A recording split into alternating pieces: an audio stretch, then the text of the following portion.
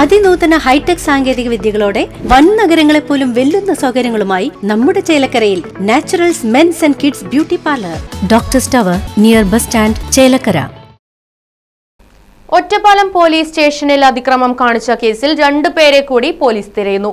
Police ജീപ്പിനും ഉദ്യോഗസ്ഥരുടെ കാറിനും കേടുപാട് വരുത്തിയ കേസിൽ അറസ്റ്റിലായ പാലക്കാട് നൂറണി പട്ടാണി തെരുവിലെ ഷബീർ അലിക്കൊപ്പം സ്റ്റേഷനിലെത്തിയ 2 പേരെയാണ് പോലീസ് തിരയുന്നത്.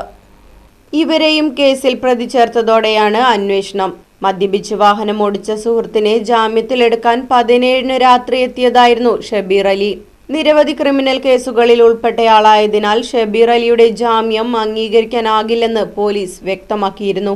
ഇതേ തുടർന്നായിരുന്നു അതിക്രമം.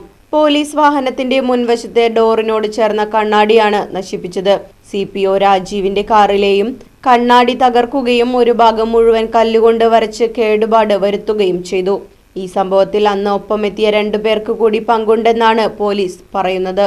പൊതുമുതൽ നശിപ്പിച്ചത് ഉൾപ്പെടെയുള്ള വകുപ്പുകൾ പ്രകാരമാണ് കേസ്. പിടികൂടിയ ഷബീർ അലി 32ഓളം കേസുകളിൽ ഉൾപ്പെട്ടയാളായതിനാൽ അതീവ ഗൗരവത്തോടെയാണ് കേസിൽ മറ്റുള്ളവരെയും കണ്ടെത്താൻ പോലീസ് അന്വേഷണം ഊർജിതമാക്കിയിട്ടുള്ളത്. Right Vision News, Ottapalam.